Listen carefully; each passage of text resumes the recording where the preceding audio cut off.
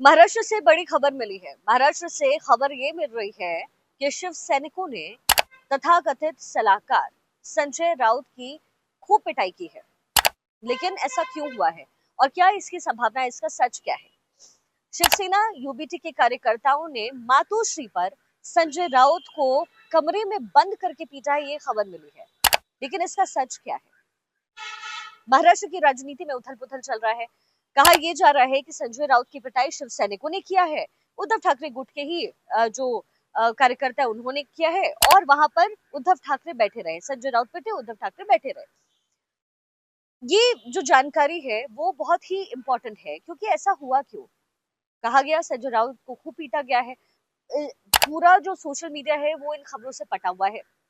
ये कहा गया कि मातोश्री पर रख करके, मतलब उन्हें कमरे में बंद करके संजय राउत को बहुत मारा गया है। कहा जा रहा है कि पुराने मातोश्री बंगले में ये हुआ है। लेकिन ऐसा क्यों? आपके मन में सवाल होगा कि भला उद्धव ठाकरे के करीबी संजय राउत को पीटा किसने है और क्यों, और यहाँ तक बात पहुंची कैसे? तो सबसे पहले आपको बताते हैं क्या वजह रही है।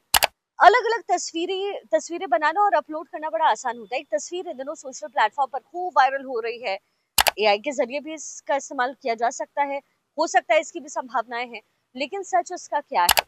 बीते दिनों खबरों ने जोर पकड़ा कि यूबीटी शिवसेना मुखिया उद्धव ठाकरे के घर मातोश्री में एक मीटिंग चल रही थी, जिसमें संजय राउत के साथ अभद्रता हुई, उन्हें मारा पीटा गया, उन्हें घसीटा गया, ऐसा दावा कई लोगों के द्वारा किया जा रहा है।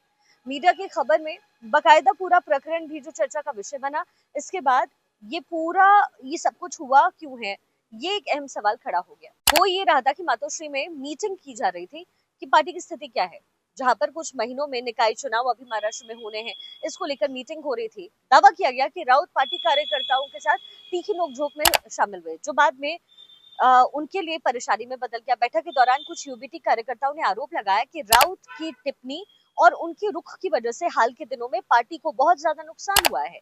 आरोपों में शिवसेना यूबीटी सांसद नाराज हो गए। ये मौखिक बहस फिर झगड़े में बदल गई और महाराष्ट्र शिवसेना यूबीटी कार्यकर्ताओं ने राउत पर हमला कर दिया। ये कहा जा रहा है कथित तौर पर उन्हें कई घंटों तक एक कमरे में पीटा गया, ये बोला जा रहा है। हालांकि अब इन खबरों पर पुष्टि जो है उसको लेकर के नहीं की जा रही है। फिर संजय राउत ने कुछ तस्वीरें शेयर की, जहां उन्होंने लिखा कि शिमला में नव वर्ष की हार्दिक शुभकामनाएं। उन्होंने नेचर से जुड़े हुए कुछ तस्वीरें जारी की और उन्होंने शुभकामनाएं दी। हालांकि संजय राउत के उन तस्वीरों पर इंटरनेट यूजर्स खूब मजे लेते हुए नजर आए। एक की तरफ से लिखा गया, सुना है अच्छे से आपकी सुताई हुई, यानी तरह तरह की अभद्र बातें जो है वो कही गई है।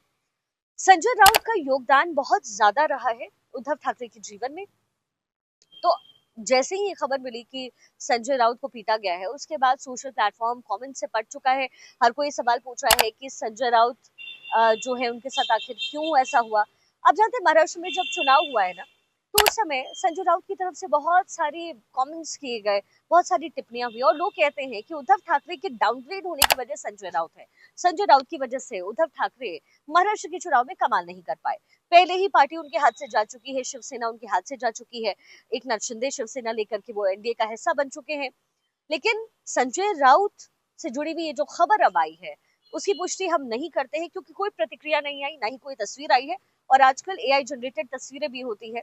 लेकिन उद्धव ठाकरे अब आगे आने वाले दिनों में निकाय चुनाव की तैयारी कर रहे हैं। संजय राउत का असर महाराष्ट्र में कितना हुआ है उद्धव ठाकरे का, ये तो पता नहीं, लेकिन ये सीटों में नजर जरूर आया है।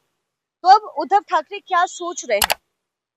और सबसे बड़ी बात यह है कि अगर उद्धव ठाकरे संजय राउत के बयानों की वजह से नुकसान में हुए हैं, तो क्या एक बार फिर से उद्धव ठाकरे बीजेपी का दामन थाम लेंगे? शिवसेना एक ऐसी पार्टी रही है जिसका महाराष्ट्र में बड़ा वर्चस्व रहा है, और महाराष्ट्र की राजनीति को ही बाला साहेब ठाकरे से जाना जाता था। अब ऐसे में उद्धव ठाकरे के लिए अब ये जो स्थिति है, जो सिनेरियो है, पूरी तरीके से पलट गया है। कहा गया अपने बेटे आदित्य ठाकरे को मुख्यमंत्री बनाना चाहते थे, इस वजह से उद्धव ठाकरे ने बीजेपी से अपना अलग रुख अख्तियार किया, वो इंडी गठबंधन में शामिल हो गए। लेकिन अगर इस खबर में अब सच्चाई है कि संजय राउत को पीटा गया है, तो इसका मतलब ये है कि अंदर खाने कहीं ना कहीं शिवसेना के अंदर ये फाइनल हो गया है कि ये जो बड़ा डिसीजन उद्धव ठाकरे द्वारा लिया गया, बीजेपी से अलग होना, वो शिव सैनिकों को मंजूर नहीं है। और अगर ऐसा है तो फिर उद्धव ठाकरे को अब सोचना पड़ेगा कि आगे की रणनीति क्या हो सकती है। हाल ही में बीजेपी के कुछ नेताओं से उद्धव ठाकरे मिले भी थे। हालांकि हम ये नहीं कह रहे कि बीजेपी में वो शामिल हो सकते हैं, लेकिन संजय राउत को लेकर की जो खबर मिल रही है, अगर लोगों के अंदर नाराजगी वाकई है, अगर ये मुमकिन है, ये जो वाक्य सामने आया है, तो फिर उद्धव ठाकरे को सोचने की जरूरत है और साथ ही संजय राउत को भी, क्योंकि एक दिशा पकड़ना निकाय चुनाव से पहले शिवसेना के लिए बहुत जरूरी हो गया है।